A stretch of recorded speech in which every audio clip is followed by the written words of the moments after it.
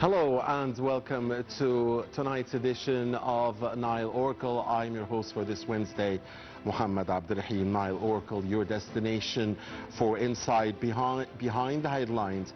And tonight we turn our attention to a story that continues to shape the future of an entire region, a story where diplomacy is being tested, humanitarian resilience is being redefined, and the promise of reconstruction may ultimately determine whether peace can or cannot take place. For nearly 2 years, the Israeli genocide war in Gaza dominated the headlines, and then it disappeared behind the US-Israel-Iran standoff and its stories. But Gaza has left behind an unprecedented humanitarian tragedy, an immense physical destruction and profound political uncertainty. And one country, of course, has always remained at the very heart of efforts to alleviate the humanitarian suffering of the Palestinians in Gaza and to push for reconstruction and to push for the implementation of the second phase of US President Donald Trump's plan for Gaza, the peace plan for Gaza, and that is, of course, Egypt. And tonight we try to bring you a comprehensive examination of the defining issues regarding Gaza, regarding the Palestinian cause at large. So this is more than a discussion about diplomacy, it is more than a conversation about reconstruction, it is an exploration whether political determination, humanitarian responsibility and economic vision can finally converge to reshape the future of a region that has long yearned for peace, security and stability. Stay with Nile Oracle.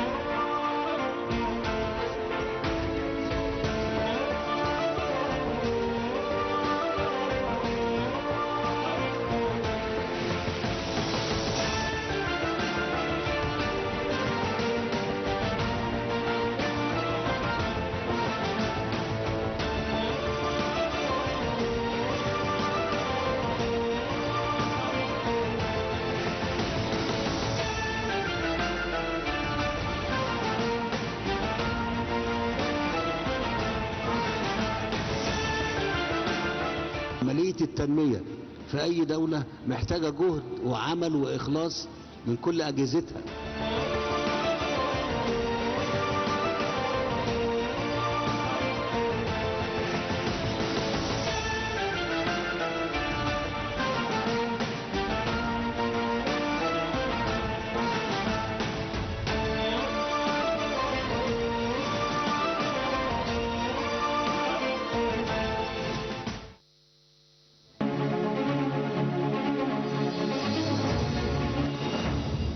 Thank you for staying with Nile Oracle. And before we talk about our first segment and the humanitarian situation in Gaza, the progress or no progress in U.S. President Donald Trump's plan for Gaza, the awaited reconstruction of Gaza, and issues related to the just Palestinian cause and Egypt's unique role regarding Gaza and the just Palestinian cause at large, let's just look at our top story for this Wednesday, as Egypt is expanding the strategic partnership with the ASEAN and advancing diplomacy, investment and regional stability. On Wednesday, and on the sidelines of the ASEAN foreign ministers meeting in Manila, the capital of Philippines, Minister of Foreign Affairs Badr Abdulati held a series of high-level meetings with his counterparts from Pakistan, Russia and Sri Lanka, reaffirming Egypt's growing diplomatic engagement across Asia.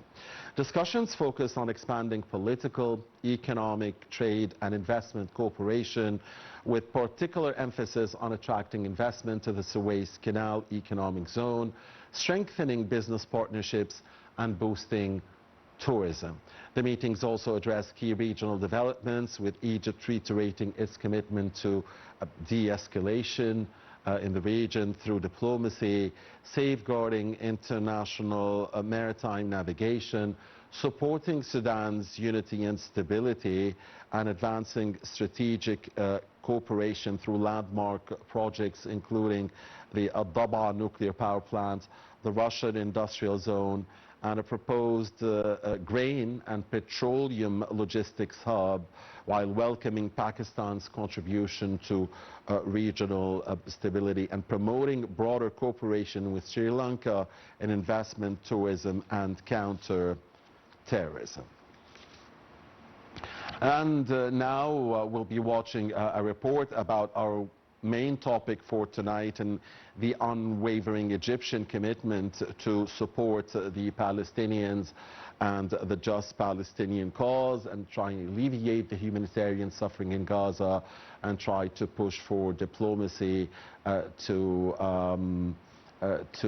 follow through on the second phase of U.S. President Donald Trump's peace plan and reconstruction plan for Gaza. Let's watch this report, and when we come back here on Nile Oracle, we will be discussing our main topic with a distinguished dear guest.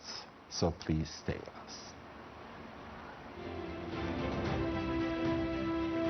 The conflict, the next chapter will be defined by one of the most ambitious reconstruction efforts the region has witnessed in decades. Gaza's recovery will require far more than rebuilding damaged structures. It will demand a comprehensive strategy encompassing infrastructure, housing, healthcare, education, energy, water networks, governance, and economic revitalization. Against this backdrop, Egypt has consistently underscored that reconstruction should begin the moment conditions permit, rather than waiting for a perfect political environment. President Abdel Fattah el-Sisi has repeatedly maintained that achieving sustainable peace requires restoring hope and improving living conditions alongside advancing a political settlement. Egypt's vision has consistently linked humanitarian relief, reconstruction and development as complementary pillars supporting long-term regional stability. Egypt has already demonstrated its practical commitment, reinforcing the logistical framework that could support future reconstruction efforts. Beyond emergency assistance, Egypt possesses significant comparative advantages that could prove instrumental during Gaza's recovery. Its internationally recognized engineering sector, construction expertise, transport infrastructure, and proximity to Gaza position the country as a natural logistical gateway for rebuilding efforts. Egyptian companies have accumulated extensive experience in implementing large-scale national infrastructure projects, offering valuable technical capabilities that could contribute to restoring housing, hospitals, schools, roads, and public utilities once reconstruction begins. Economic recovery also carries important strategic implications extending well beyond Gaza itself. Restoring commercial activity, reopening supply chains, and improving border logistics could stimulate regional trade, create employment opportunities, and encourage greater economic integration among neighboring economies. Development in this context becomes an essential measure capable of reinforcing political stability. Rebuilding Gaza represents an opportunity not only to restore physical infrastructure, but also to rebuild confidence in diplomacy itself. In that regard, Egypt's continued logistical readiness and long-standing commitment to Gaza's recovery position it as a central partner in transforming reconstruction into a durable investment in regional peace and shared prosperity.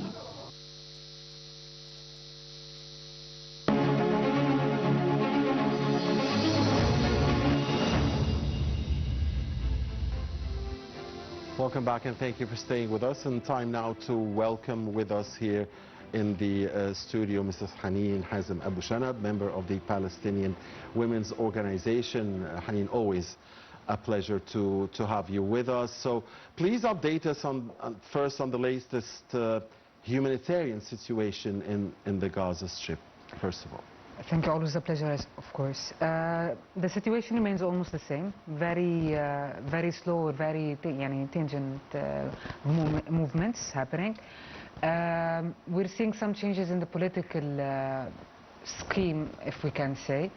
Iran hasn't stopped hitting here and there, so creating further or continuing actually the distractions beyond the region, or refocusing the international community.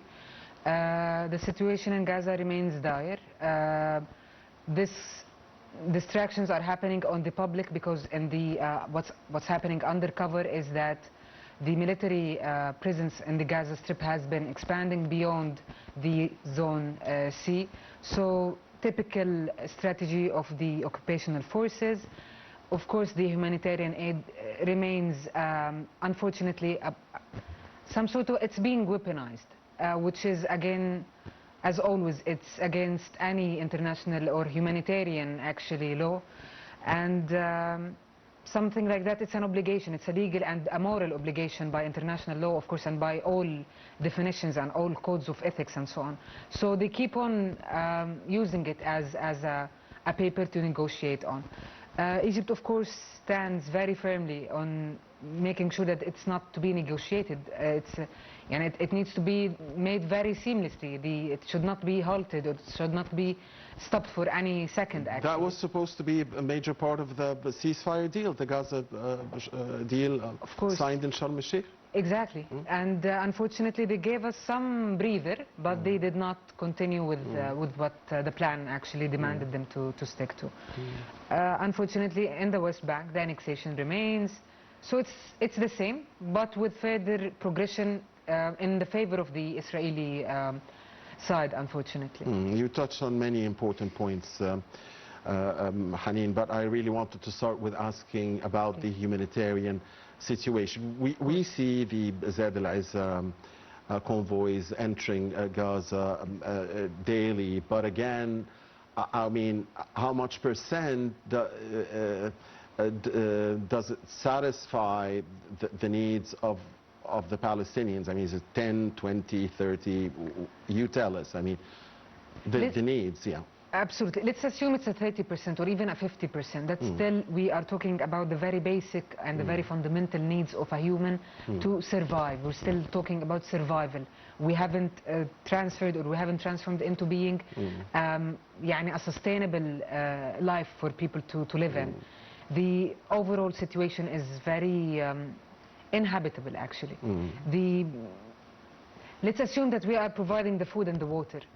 The environment is still contaminated. The number on the situation, the medical cases, it's beyond description. We're talking about you want to say, you want to say is that not because we don't have starvation now, then that doesn't mean that everything should be nice or perfect or beautiful. Exactly. Because we did have starvation, before, we did have a famine. for a long time. Exactly, it's still, we are seeing... Relative. The improvement is relative, but again, it hasn't stopped, it hasn't ended, and it hasn't recovered. The people haven't recovered. The state hasn't recovered, the land hasn't recovered. People and this is mainly because of the Israeli hindrances, the obstacles they put. So how do you see then the efforts of the mediators in trying to overcome these Israeli hindrances and convince Mr. Trump of going forward with his plan? I mean, it was his plan, signed here in Sharm el-Sheikh. Yes, truly. The efforts are relentless. No one is stopping, everyone is pushing, and everyone's doing their best. Of course, Egypt is a cornerstone in such such plan and such peacemaking. Egypt has been very firm, and it's not just a political move, or it's not just something to negotiate on, or it's not a card to play.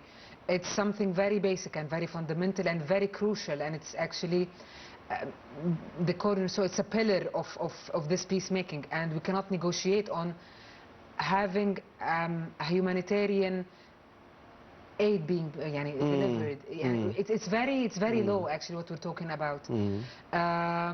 The mediators are doing their part, mediating the process, but Egypt is much more strongly present.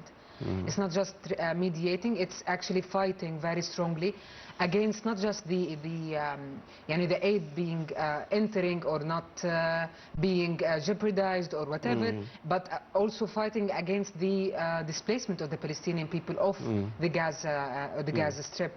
So multiple fronts are being open, and multiple fronts that Egypt stands very strongly against and protecting the Palestinian sovereignty, because Egypt is not distracted by the short operational actions or the short operational plans that are being offered by the opponents, but they're rather focusing on the long-term and the sustainable efforts. So what if we're talking about 600 convoys? Let's assume 600 convoys in a week. Again, we're just reviving people. We're talking about long-term. Egypt is actually concerned with the architecture of a sustained land, a sustained country for people to live in. So that's the main focus, and that's what Egypt is actually focusing on and working towards, not just the tactical or the wins that the opponents are making sure that we're only focusing on this so that they continue with their bigger plan of annexation, expanding their territories, and so on. Right, Haneen, and a very good point I think that you mentioned was the fact that we shouldn't be bargaining or negotiating about keeping people alive. Because basically, I mean, that's what the humanitarian aid is trying to do, trying to limit the number of Palestinians who die from diseases or may die from malnutrition, like what happened, during the 2+ years of the Israeli genocide. Well, you're right. I mean, this should not be an issue on the table, and it's a shame. It's a shame on the whole international community. You mentioned the Iran distraction thing. I mean, and this is not the first time you mentioned it here. We've talked about Gaza and the Just Palestinian cause more than once since the February 28th.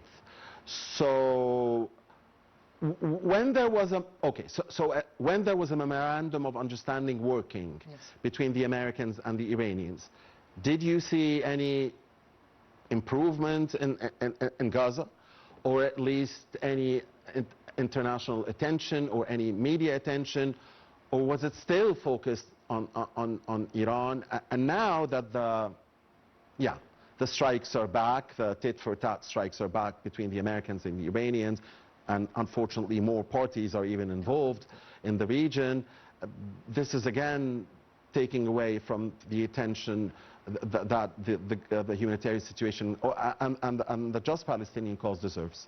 Absolutely. So the progression is only in the declining of the Palestinian cause, the declining of the Palestinian people, not just the cause itself, and further pressing against the rights. So we're also still negotiating the basic humanitarian rights of people to exist safely, of security, of the very basic needs everyone should be having and not negotiating on. So again, it's a mere distraction. Further and more intense and wider and more escalating and more expanding, scaling up and scaling wide actually, of the damage that the Israelis are causing to the whole region actually. It's expanding beyond the Palestinian state. It's serving their goal. It's serving their sovereignty of the statehood that actually goes from the river to the sea, and it's going beyond reaching Iraq, of course. So this is why Iran is involved, and we're expanding the region to go beyond the Palestinian territory, pushing and displacing people so that they have more land. We've seen this very recently, actually. There was this this border. It's still only sand now in the Gaza Strip, and it's over 20 to 23 kilometers long. So that's approximately, it's a bit over 50% of the Palestinian land in Gaza. This is creating further displacement of the people between the land that the Israelis have already annexed or expanded their presence, the military presence in Gaza, and the land that the Palestinians are condensed. It's like, again, the condensed camps back. The similar history is being repeated again. So the same aggression, it's the same situation, it's the same scenarios being repeated, but more aggressively and with much deeper harm to the infrastructure, to the people. The displacement is being done on a much wider scale, actually. So displacement in the Gaza Strip, annexation in the West Bank, okay, it was de jure, and they established that back in 1980, but now the annexation is de facto. We are here and we've acquired such territory, we're not giving it. We're not giving it back. So they keep on distracting the international community with blah, blah, blah, and focusing on their main expansion of presence. Fragments of Jerusalem is still under the Palestinian territory, or Palestinian actually authority. Fragments of the West Bank, now fragments of the Gaza Strip. So we're talking about very fragments of what has already been established in 1967 and what followed. So they're negotiating on things on public, and actually the realities have been systematically being altered and systematically being shifted towards serving the Israeli agenda and of course the American agenda. So what does the second phase of Mr. Trump's plan for Gaza call for regarding the withdrawal, the Israeli withdrawal? What does it call for? That was supposed to be happening now, the withdrawal of the Israeli military forces and the establishment of the technocratic government. Neither of it is happening quite as promised. The second phase should have seen a full withdrawal, right? I mean, 100% of Gaza returns to Gazans, according to the plan, right? According to the plan, but nothing is actually happening according to the plan. So that's the thing. They are doing things in preparation for things that have not been. So how much of Gaza now is being occupied by Israel? We've heard 50, 60, 70. I mean, do we know exactly? Over 70%. With this line that has been drawn just in the past days, we're talking about over 70% of the Gaza Strip is now under the Israeli presence, let's call it presence. And of course by sea they're already there, by air they're already there, so they're shrinking the land that the Palestinians have to live in, and shrinking the number of the Palestinians by killing them by the different means that they can. We are still having daily news of Palestinian martyrs daily, really, even since October 2025. Yes, the number is nowhere comparable to the numbers before, Yes. but still, these are human lives, and usually we hear about 5, 10, 15. So this is also not a small number. If you add it up, I mean, hundreds, yeah, exactly, hundreds. and complete families are being erased of the Right. the civil registers. Right. Under what pretext? I mean, again, under what pretext? Yeah. Is what is the Israeli pretext here? Do they need any? They don't need any. Violations have been committed without any stopping. No accountability is being held against them. They're not being stopped by any means.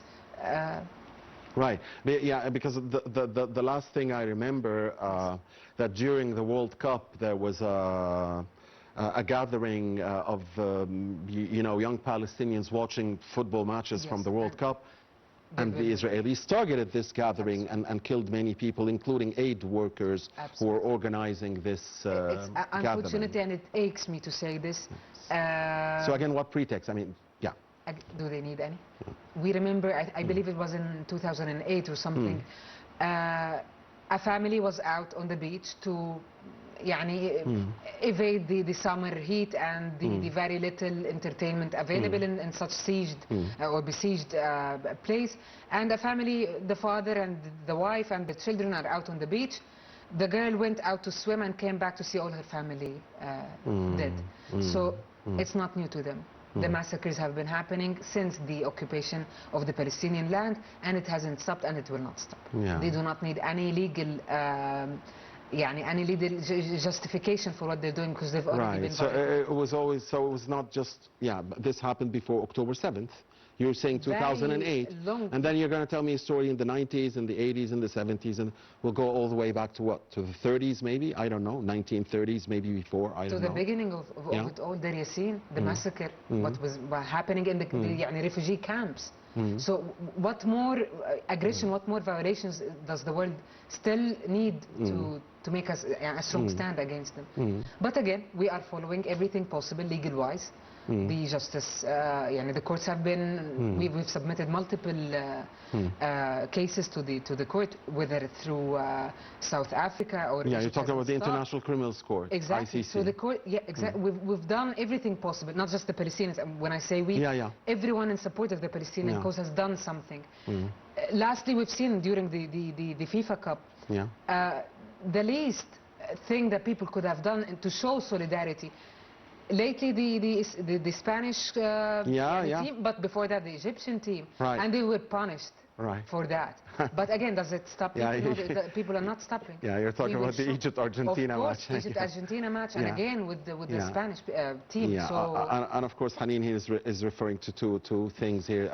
Hussein Hassan, of course, raising the Palestinian flag there and talking about the Palestinian children and the suffering of the Palestinians more than once at the World Cup. And Spain, a big supporter of the just Palestinian cause. By the way, at the Israeli media today or yesterday were very angry because in some celebrations in Madrid for the World Cup winners, Spain, they were stepping foot on, they were putting the Israeli flags on the ground and they were stepping on it, and so and the Israelis were very incensed about that. No one is sparing any chance to show solidarity and to show opposition to what the Israelis are doing against the Palestinian cause and the Palestinian people, of course, since they've been established. So it's not gonna stop. It's never ending. But again, a time will come. We were talking about the two-state solution. It's still on the table, and this is what Egypt is fighting very fiercely to establish. It's not just delivering the aid. It's not just about reviving the people. It's not just about maintaining the Palestinian lives by all means, but also we're looking long-term, not just short-term. So we were supposed to be working towards a two-state solution that keeps on being pushed and keeps on being delayed by the unilateral moves that the Israelis are doing with their supporters and allies. But even their allies are fed up with what they're doing. So again, it's a matter of time. We've heard, but we don't know whether to believe this or not. But we've heard, for instance, not only U.S. President Donald Trump, angry with the Israeli war crime suspect prime minister, but we've heard U.S. Vice President J.D. Vance saying to the war crime suspect that Israel cannot kill its way or bomb its way out of every problem. And he was naturally, I mean, he was referring to Gaza and the genocide. Yes, yeah. Absolutely. So they release such statements. They could be true. They could be just to ease the public opinion, to show that, no, we are telling them bad, you're doing such naughty stuff. It could be either. But if we're talking about a tally, or if we're keeping count, no, the public opinion is against them completely. And we're seeing this is not just the people, it's also governments. But they're tied by some agreements, they're tied by some business deals and so. Right. And speaking of agreements, and so it was very interesting to read today, because there was that story surfacing in America, U.S. President Donald Trump saying that no, Netanyahu will not be arrested in New York, but the New York Mayor Zohran Mamdani. The latest we've heard from him today is that he said Netanyahu should go on trial. He should go on trial for war crimes, but we don't have the authority to arrest him. That's the latest we've heard from Mamdani. He wanted to do so, but he recognized or admitted that he doesn't have that authority. It's always the case. Yeah. We want to do something, we see that it's valid, we see that it's viable, we have the evidence, it's public. We have all of that, but again, just to excuse themselves of the accountability or of doing what they were supposed to do, they tell you, oh, but we don't have the authority, oh, but we don't have the permission to do so and so. Always a way out. The Miledanov, that's his name, the Bulgarian diplomat leading that committee. How do you see his efforts? I mean, sometimes when we listen to him, he does speak about Palestinian suffering, but I mean, how do you view his efforts? Okay, so as the genocide has been going on for too long, the international communities and the international opinion has been shifting. And people are trying to prove themselves to the other allies that we are or in favor of the Palestinian people against the Israeli aggression and so on. I really can't give you something very solid on his statements, because the factors are not solid. The power plays are very fluid, actually, and what's happening. But maybe it's under aggression, or maybe it's under, not aggression, sorry, but under pressure of the people, that the people are demanding their governments or the leaders to speak up a little. So maybe he's trying to, I don't want to say save face, but he's trying to say, no, me too, I'm speaking up as well. Such occurrences are happening, or such occurrences are becoming more common and more popular.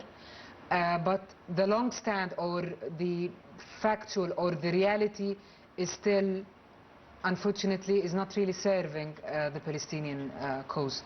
Because even with we have an actual signed and approved agreement for peacemaking and a full framework to halt and stop any...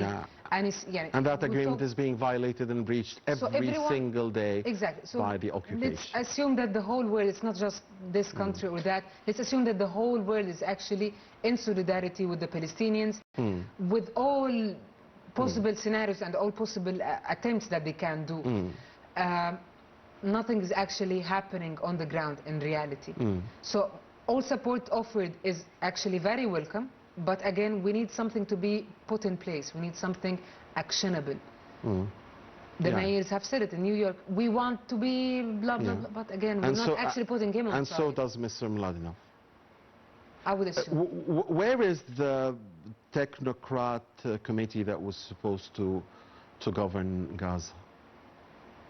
Again, we're speaking of it, but we're not seeing anything.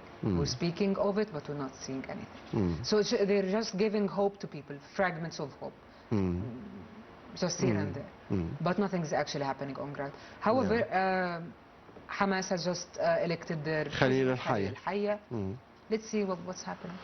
And the Palestinian Authority is going to have elections late this year, right? Yes, they started by Fatah. They've held their general, of course, conference over for prisons and for locations, of course, in Ramallah, Gaza, Lebanon, and Beirut, and here in Cairo, and they elected their main or the main leadership positions, and now Hamas has done the same. The following factions, I would assume, would follow through, so that Palestine as a whole has a freshly selected set of leaders, so that we are building towards the technocratic government. But supposedly the technocratic government is away from any political movement. So why are they tying these together? I don't really know. What's delaying the technocratic government to be actually founded and established? I don't really know. Again, delays, with no solid justification, no valid justification to why the delays are happening. So, again, the reconstruction, there's another huge delay. Absolutely. But but at the moment, like, if there are only 30% of Gaza left, I mean, we're supposed to reconstruct Gaza. I mean, again, that's the deal. That's Mr. Trump's deal. And he's the man that supposedly ended 8, 9, or 10 wars or whatever, and is seeking Nobel Peace Prize. So he supposedly he wants to... He should be pursuing this very strongly. Yeah? It's his. Yes, his baby. Right. So, so where the reconstruction, again...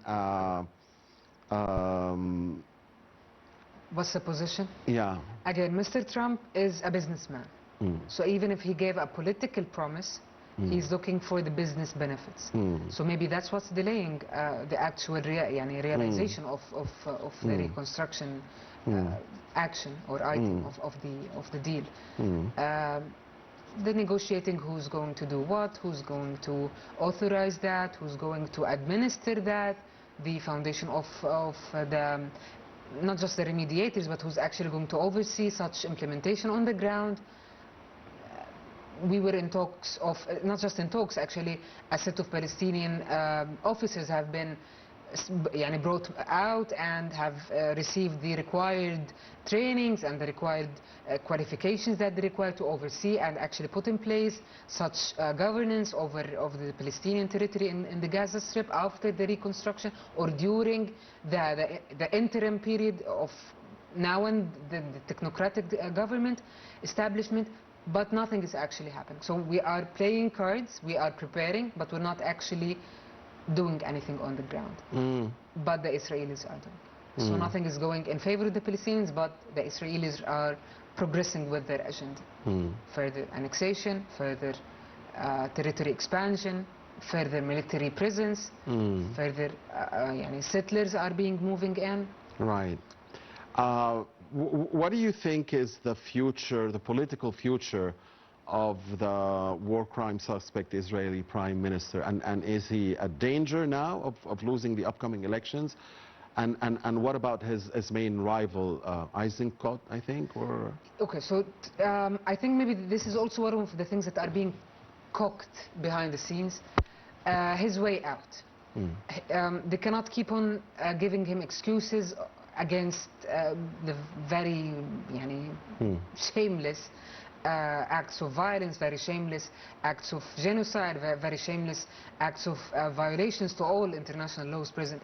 So I think they're trying to orchestrate or to plot a way to have him out of his position, giving him the least possible punishment, just to say that we punished him and we held him accountable for 1, 2, 3 out of the hundreds of the accusations that held against him.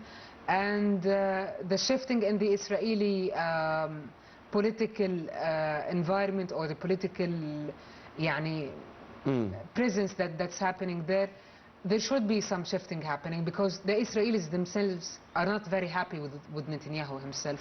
And opposition has been rising, riots have been rising, although they keep on hiding it and censoring everything that's being broadcasted or shared to the public. The shifting powers and the shift in the prisons and who's leading what will be seen in the future. I can't really say that in the near future, but there is a shift that's happening now. So let's see how it will end eventually and how it will settle, because business is what's driving Mr. Trump, and business is what's he's after. But you are witnessing, or you are detecting a change in the mood of the Israelis in general, away Netanyahu or not, but the fascist, rightist, extremist, war criminal mentality, you are seeing a shift from that? Yes. Yeah. It's not sudden, it's not instant, it's not sharp. It will be gradual, because they need an easy way out, and they will keep on fighting to still remain in their position. They will keep on coming back, but they will be dissolved or will be liquidated in a gradual matter. Yeah. The shifts are happening, and even in the Arab world, the shifts are happening. What do you mean by the shifts in the Arab world? Currently, this is why I said there are deals, there are agreements. They need to finish, they need to be completed. Currently, they are tied. The Gulf mainly, and other supporting countries, they are tied, and they are in favor of what's happening, and they are in favor of keeping Israel in the area, and so on. There are business deals. So until those deals have dissolved, or until the Arabs actually awaken and realize that what they've done is actually shaking hands with the devil, and there is nothing actually for them in it, they will keep, the deals will remain until... So you're also telling us that there is absolutely no future for the so-called Abrahamic Accords? No. Yeah. It was a mere dream built on fake and very shallow foundations. So you cannot build on shaky foundations. You cannot build a building on a shaky foundations.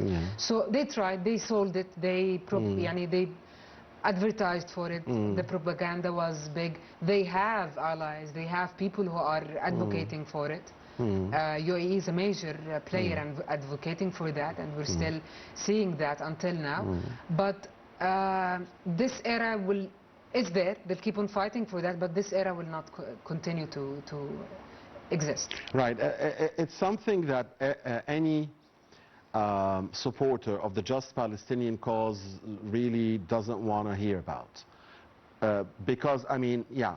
Why would we have with you those normalization, lovely accords if you are still occupying Arab land, you're still, killing Arab people, civilians, you're not respecting our blood, you are not respecting our human nature. So why? I mean, why would we be friends with, why would we want to be friends with you? I mean, yeah, so why Abrahamic Accords? Yeah, never, unless, and this is, want to have peace, then the two-state solution, borders of 1967, East Jerusalem, Al-Quds as the capital, a viable and independent Palestinian state, a return of the refugees, a state, I mean, okay, so if you give Palestinians back the right, then we can be friends with you and we can have peace. And by the way, Egypt for decades, not just today, for decades, this is what Egypt has been saying. Absolutely. The only way to just and lasting peace, just and lasting, if you want a lasting peace, absolutely, yes. It's the two-state solution. Very well said and very well put. These are the key words exactly for a sustainable peace in the region. And for the national security of all neighboring countries, we need to have, by the least, the two-state solution present and established and fully functional in the Palestinian state, and of course the Israeli, on these given conditions that have been long being discussed and long been agreed upon, actually. So international resolutions, United Nations, all the legal and all the recognition that was required to go towards that and to establish it has been already acquired. The Palestinian Authority has been, let's say, it has gone through levels of maturity, from PLO to now we have the Palestinian Authority, to now we have the State of Palestine being stamped, and the documents, the passport, my passport says the State of Palestine. It's not, it's no longer any a temporary document to just identify a Palestinian person. But we've been building towards that. And unfortunately, the allies of the occupational forces and the occupational state of Israel are taking us back. One of them is Hamas being present in the Gaza Strip. It's like the cancer. It's actually eating up of the Palestinian flesh and the Palestinian fabric. We've went back 20 years. What we're talking about and what we're trying to build, we are talking about rebuilding the Gaza Strip. Gaza was one of the most attractive destinations. While comparing the developments and what was there, it competes with so many very flashy destinations for tourism. So why are we declining and why are we going back? These allies are not really and truly in favor of the peace in the region. They are in favor of their own individual businesses and their own individual benefits, and this is why the Arabs unfortunately are still fractioned and they are divided for their own benefits. The current leadership of some of the Arab states are sons and daughters of the Israeli ideology, let's say, not the state, or they are in favor of it, or they are supporters and advocating of such concepts and such beliefs. So they wouldn't really care for the Palestinians or anything. They want what's best for them and only them. Capitalism, business, money. That's what they're talking about. Yeah, but it's again it's how I want to find the word, but you cannot come and execute a genocide against and kill some 10%, kill and injure some 10% of kill some 5% of a population and kill and injure some 10 or 15% of a population, and then expect people to want to have any peace with you, any Abrahamic accord or whatever with you. Again, I mean, how dare you think that this is possible? And we've heard Saudi Arabia, I mean, it's been very clear again.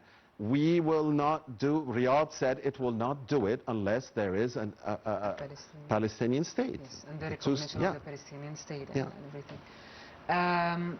Multiple of countries are supporting that and standing very firmly against that. Of course, Egypt is in the leadership of those countries. But unfortunately, some of them are the weak point, and some of them are the vulnerability that Israel keeps on using against us. And until those supporters of this belief and this ideology dissolve or they fall from their current rulings, this pain will continue, unfortunately. But again, looking long term and in a more sustainable and more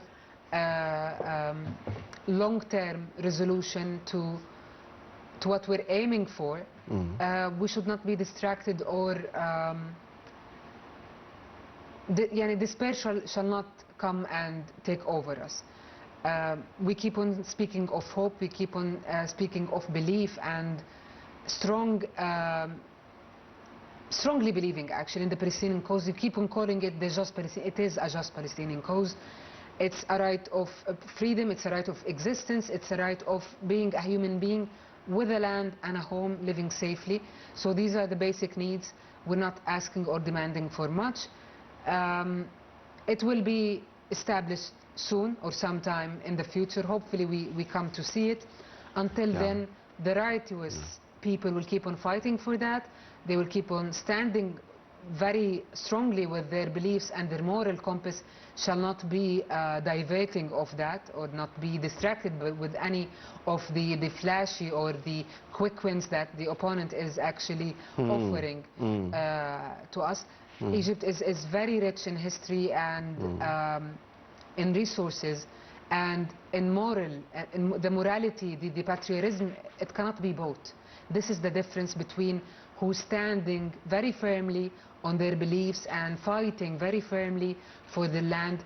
Egypt has fought and went through wars to regain and to reclaim the stolen bits and pieces of their lands, and this is why they feel for the Palestinian people and they feel for the Palestinian state, and this is why they are the major and the main supporter of this cause. Other countries have not gone through this, so maybe this is why they're not really feeling, they're not sympathizing with it. Just saying some. Yeah, but, sometimes they sympathize, but but they. But just sympathy is generally not enough. I mean, just have to have. No, but they send money every now and then. So, and speaking, because you mentioned this more than once, Haneen, about that Egypt is thinking long term. Yes. When Egypt took that honorable stance of saying it's a red line, Absolutely. forcing this, the displacement of Palestinians from their own lands Yes. into, let's say, Sinai or the West or the Jordan or whatever. Yes. This is a red line. Absolutely. So Egypt, again, because it will not allow the liquidation of the Palestinian cause. This is what the president said. This is what... repeatedly, very firmly, not just Mr. Abdel Fattah, the president, but also all possible chances, whether the prime minister, whether of course the foreign minister, or any political and diplomatic missions, they've all spoken the same language. The people are speaking the same language. Egypt has opened its doors very, very generously to the Palestinian people. They're living here, but seeking refuge. They're seeking treatment. They're seeking revival. But this will not compensate, or this will not become an alternative to their lands. Actually, rather, Egypt is fighting for a dignified life. This is established by the convoys, trying to revive the people in Gaza, and standing very firmly, trying to reclaim the Palestinian rights by living a normal, human, dignified life in Gaza, stopping the annexation, stopping the genocide, stopping the firing, stopping the displacement of the people, establishing a long-term resolution by the technocratic government to establish sovereignty over the Palestinian land by Palestinian people to lead their country, moving towards the Palestinian statehood. So baby steps or building blocks towards a long-term resolution and a lasting resolution towards lasting peace in the region, not just quick fixes, not just operational tactics, not just some money to put in whatever. Right, and a lasting peace has to be a just peace. A just peace, of course. It's always nice listening to you, Haneen, really, and listening to, again, your belief, your strength, and surely Palestinians living inside occupied Palestine, whether in Gaza, the West Bank, or occupied Al-Quds, and Palestinians living abroad, whether in their second home like here in Egypt, or even in the diaspora across the world, east and west. It's amazing that they all share this belief, this conviction that justice will prevail one day, and they have that determination and that strength and that sometimes optimism that's hard to be found, but we really like, again, listening to you. Thank you very much, Mrs. Haneen Hazem Abu Shanab, the member of the Palestinian Women's Organization, for being with us. Hope to see you again soon. Thank you.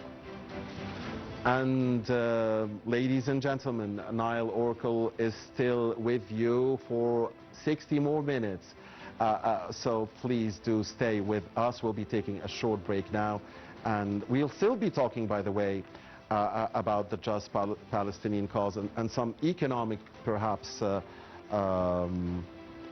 axes will be discussed in the upcoming segment here on Nile Oracle. Please do stay with us.